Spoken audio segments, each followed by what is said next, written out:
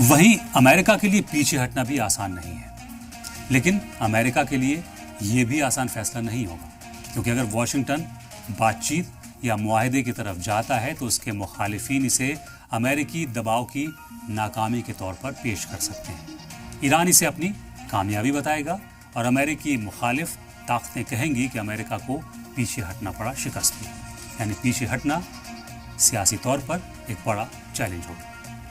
دنیا کی سب سے بڑی فوجی طاقت امریکہ نے پچھلے 2 دہائیوں میں کئی جنگیں لڑی ہیں۔ کہیں اس نے حکومت بدلی، کہیں دہشت گردی کے نام پر بمباری کی، تو کہیں اپنے ساتھیوں کی حفاظت کے نام پر فوجی کارروائی کی۔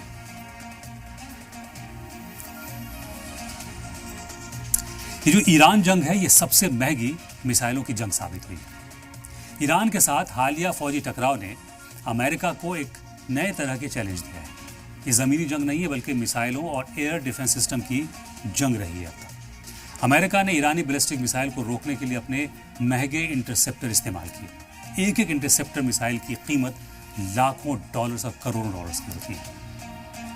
لگاتار استعمال سے امریکی میزائل کے ذخیرے پر دباؤ بڑھا ہے اور پینٹاگن کے اندر بھی اس بات کی فکر سامنے آئی کہ اگر ایسا تشدد لمبا چلا تو ہتھیاروں کی سپلائی ایک بڑا چیلنج بن سکتی ہے۔ یعنی ایران کی جنگ نے امریکہ کو یہ احساس کرایا ہے کہ ہائی ٹیک جنگ میں صرف طاقت نہیں بلکہ ہتھیاروں کی لگاتار سپلائی بھی اتنی ہی اہم ہے۔ افغانستان سے 20 سال چلی جنگ، لیکن اس کا نتیجہ کیا نکلا؟ وہ ادھورا تھا۔ 2001 میں شروع ہوئی افغانستان جنگ امریکہ کی سب سے بڑی اور لمبی جنگوں میں سے ایک ہے۔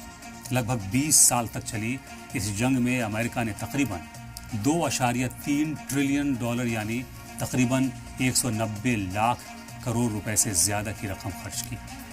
اس دوران 2400 سے زیادہ امریکی فوجی مارے گئے، جبکہ 20,000 سے زیادہ زخمی ہوئے۔ لیکن 2021 میں امریکی فوج کی واپسی کے بعد طالبان پھر سے افغانستان میں اقتدار میں آ گئے، یعنی جس مقصد سے جنگ شروع ہوئی تھی وہی آخر میں ادھورا رہ گیا۔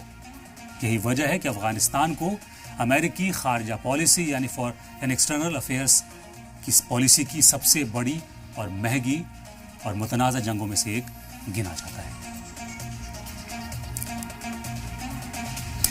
دوسری جنگ جو امریکہ کی تھی وہ تھی عراق کے خلاف۔ وہاں حکومت تو بدلی لیکن اسٹیبلٹی نہیں ہے۔ 2003 میں امریکہ نے عراق پر یہ کہتے ہوئے حملہ کیا کہ وہاں بڑے پیمانے پر خطرناک کیمیکل ہتھیار موجود ہیں۔ بعد میں ایسے ہتھیار حالانکہ وہاں نہیں ملے۔ اس جنگ پر امریکہ نے تقریباً 2 ٹریلین ڈالر سے زیادہ خرچ کیے۔ اس دوران 4,500 سے زیادہ امریکی فوجی مارے گئے، جبکہ 32,000 سے زیادہ زخمی ہوئے۔ عراق میں صدام حسین کی سرکار ضرور گر گئی، لیکن اس کے بعد لمبے وقت تک تشدد نے پورے علاقے کو متاثر کیا۔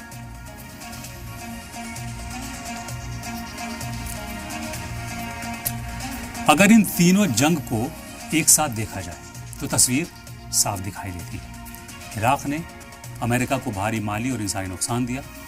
افغانستان نے 2 دہائی لمبی جنگ کے باوجود امریکہ کی پالیسی پر سوال کھڑے کیے۔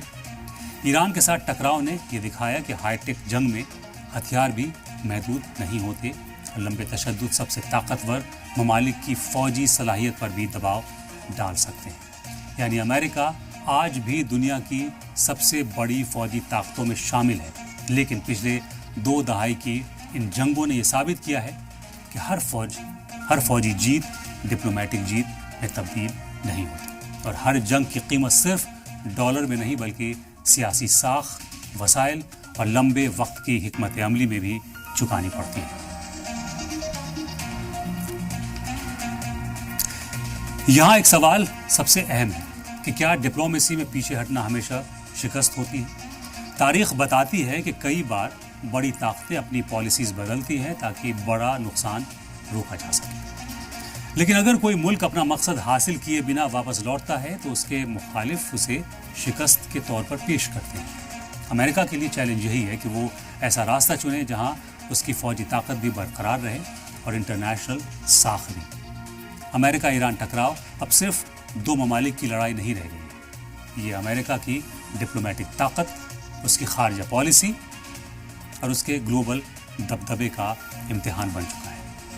حالانکہ ڈیڈ اینڈ کا مطلب یہ بھی نہیں ہے کہ کوئی راستہ بالکل ختم ہو گیا ہے، بلکہ اس کا مطلب ہے کہ پرانے راستے اب کام نہیں کر رہے۔ امریکہ کو اب یہ فیصلہ کرنا ہے کہ کیا وہ جنگ کو اور بڑھا کر نئی مشکلیں پیدا کرے گا یا پھر ایسا راستہ چنے گا جہاں اسے پیچھے ہٹنے کے باوجود اپنی طاقت اور ساکھ بچانے کا موقع ملے، کیونکہ جنگ کے میدان میں سب سے مشکل فیصلہ حملہ کرنا نہیں ہوتا، سب سے مشکل فیصلہ ہوتا ہے کہ کب رکنا ہے۔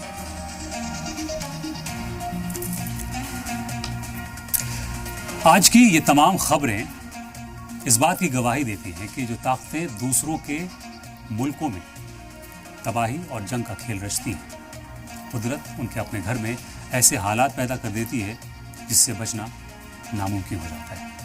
دنیا کی سیاست بدل رہی ہے، جنگ کے میدان بڑھ رہے ہیں، نئے اتحاد بن رہے ہیں اور طاقت کا مظاہرہ ہر روز نیا رخ اختیار کر رہا ہے۔ امریکہ آج اپنے ہی گھر میں مشکل میں گر گیا ہے۔ یہ وہ ملک ہے جو سپر پاور کہلاتا ہے، لیکن جو حالات اس وقت امریکہ میں پیدا ہو رہے ہیں اس کے بعد اسے پھر کسی ملک پر حملہ کرنے سے پہلے کئی بار سوچنا پڑے گا۔